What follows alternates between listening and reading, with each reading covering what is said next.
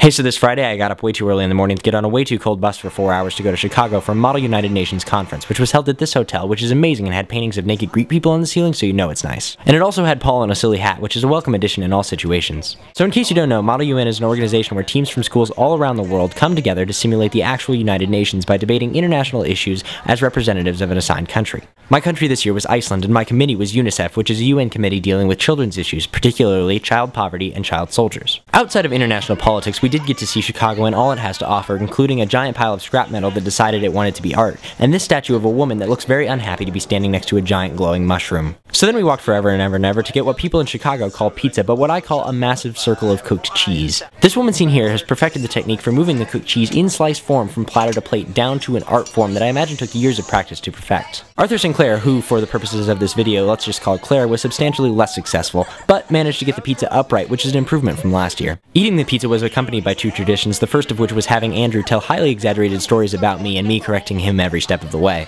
The second of which is watching Julie, who is, by the way, the club president and a very intelligent person in all times but this, putting things in her nose that don't belong in hers or anyone else's noses. The variety for this year? Salt, which caused a good deal more long-term irritation than last year's.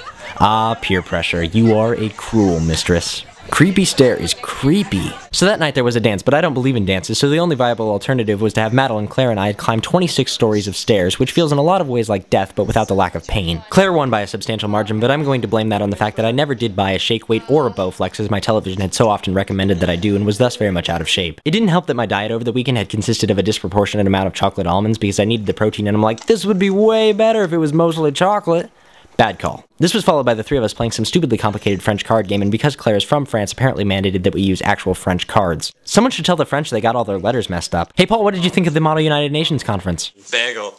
So these are all the notes I got about the issues we were debating, while these are all the notes Paul got informing him of how hot he is. After a full 14 hours of debate filled with creative solutions, deadlocked opposition, and a fair bit of rapping in parliamentary procedure, my committee did manage to pass resolutions on both of our topics, which is far more rewarding than I can possibly relay. It's good to know that no matter how vehemently we disagree, we can look past that, find the common ground, and reach a solution to make a real impact on our world. And even though our differences are simulated, how we overcome those differences, and the friendships we make along the way, are very much real.